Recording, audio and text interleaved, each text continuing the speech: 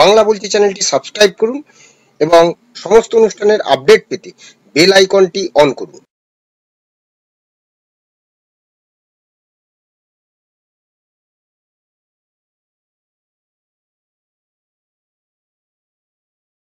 নমস্কার, বাংলা বলছি চ্যানেলে আপনাদের স্বাগত।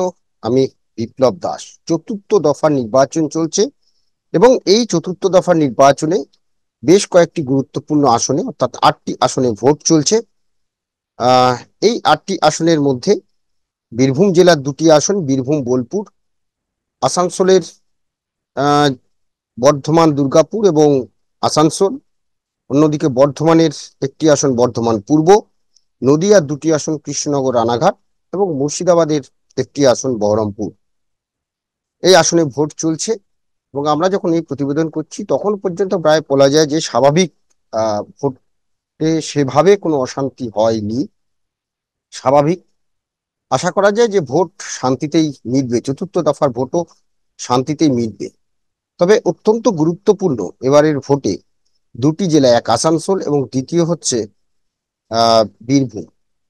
আমরা প্রতিবারই দেখতাম ভোটের আগে কেষ্ট মণ্ডলকে প্রায় তার সেই চরম চরম গুরু বাতাসা নানা রকম প্রবাদ বাক্য তিনি বলতেন এবং তাই নিয়ে মিডিয়া মেতে থাকতো, তাই নিয়ে প্রতিদিন নানা রিয়াকশন, বাইট, বিরোধী এবং সরকার পক্ষের এসব চলতো। কিন্তু এইবারে কোথাও একটা নিস্তব্ধ। আর ঠিক নির্বাচনের আগে নজরবন্দি করে দেওয়া হতো এই নেতাকে। কিন্তু এইবারে তিহার জেলে রয়েছেন অনুব্রত মণ্ডল, কিন্তু কোথাও যেন তিনি একটা নজরবন্দি রয়েছেন।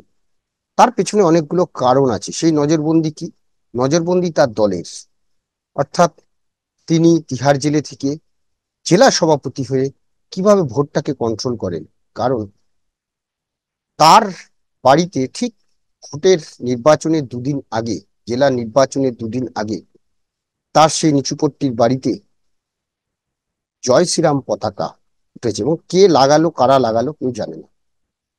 তেমনি আসানসোল, এখানে 2টি আসন বর্ধমান দুর্গাপুর এবং আসানসোল, এখানেও মন্ত্রী মলয় ঘটক তিনিও কিন্তু তার দলের কাছে নজরবন্দি হয়ে আছে।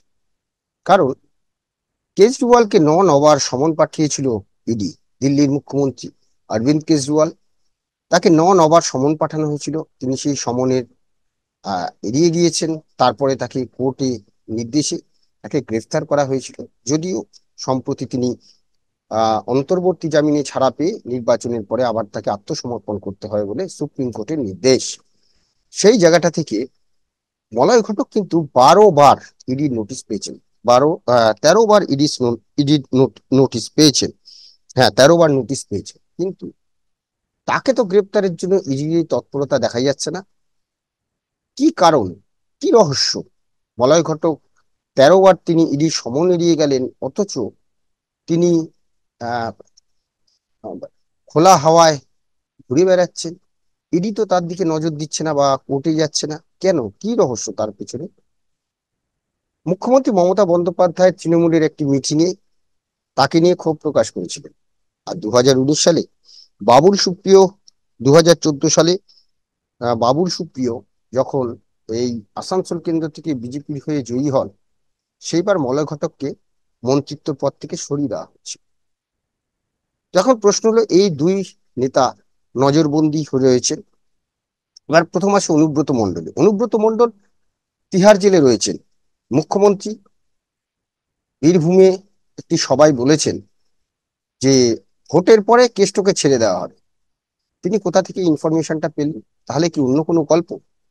তাহলে কি বীরভূমের 2টি সিট কোথাও কি অনুব্রত মণ্ডল কলকাঠি নাড়বেন? তাই কি নজরবন্দি রেখেছে তার দল? এবং আরো একটি গুরুত্বপূর্ণ বিষয়, ঠিক নির্বাচনের 2 দিন আগে কেষ্ট মণ্ডলের বাড়ি, অর্থাৎ অনুব্রত মণ্ডলের বাড়িতে জয় শ্রীরাম পতাকা।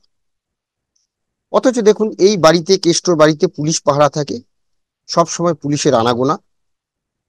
কয়েকজন আত্মীয় স্বজন তার বাড়িতে মাঝে মধ্যে আসেন, কিন্তু অন্য কেউ এই বীর কেষ্টর বাড়িতে যাতায়াত বা ঢোকা নিষিদ্ধ রয়েছে। তাহলে কে ঝোলালো এই গেরুয়া রঙের জয় শ্রীরাম লেখা পতাকা? যদিও পাহারার দায়িত্বে থাকা পুলিশ কর্মীরা জানিয়েছেন পতাকার বিষয়ে তাদের কিছু জানা নেই। তাহলে পতাকাটা লাগালো কে? আর এই পতাকা লাগানোর পরই বিতর্ক বেড়েছে। দলের নজরবন্দিতে চলে গেছেন অনুব্রত মণ্ডল। বাড়ির ছাদে পতাকা উড়িয়ে বীরভূমের জেলা সভাপতি কি কাউকে বার্তা দিচ্ছেন? এবং ওই আমি বলছিলাম কিছুক্ষণ আগে যে মুখ্যমন্ত্রী বীরভূমে গিয়ে একটি নির্বাচনী সভায় বলেছিলেন, আমি আপনাদের বলছি দেখে নেবেন, ভোট মিটলেই ওদের ছেড়ে দেওয়া হবে। তাহলে কি অন্য কোনো গল্প বাজারে ভাসছে?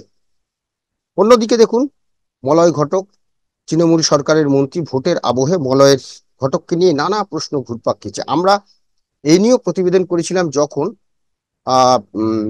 দিল্লির মুখ্যমন্ত্রী অরবিন্দ কেজরিওয়াল তিনি গ্রেপ্তার হয়েছিলেন। তারপরেই আমরা এই প্রশ্ন তুলেছিলাম, মলয় ঘটককে 12বার সমন পাঠানোর পরেও তাকে ইডি কেন ছেড়ে রেখেছে, আর কেজরিওয়ালকে গ্রেপ্তার করা হলো, তাহলে কি মলয় ঘটক গ্রেপ্তার হবেন?